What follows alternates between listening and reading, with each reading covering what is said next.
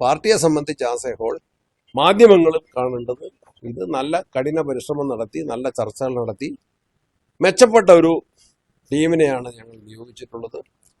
പ്രസിഡന്റും വർക്കിംഗ് പ്രസിഡന്റുമാരും വന്നപ്പോൾ തന്നെ UDF കൺവീനറും വന്നപ്പോൾ തന്നെ ആ ഒരു ഫീലിംഗ് ആണ് ഉണ്ടായത്.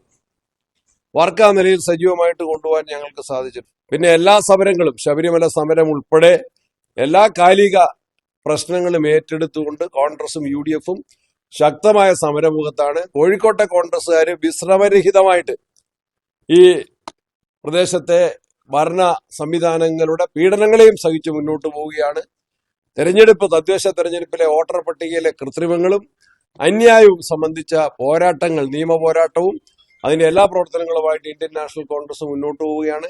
കേരളത്തിലെ കോൺഗ്രസ് ഏറ്റവും ഐക്യത്തിലാണ്, വളരെ സജീവമാണ്, സുസംഘടിതമാണ്, ശക്തമാണ്. UDFും അതുപോലെ യോജിച്ച് തന്നെ നിൽക്കുന്നു.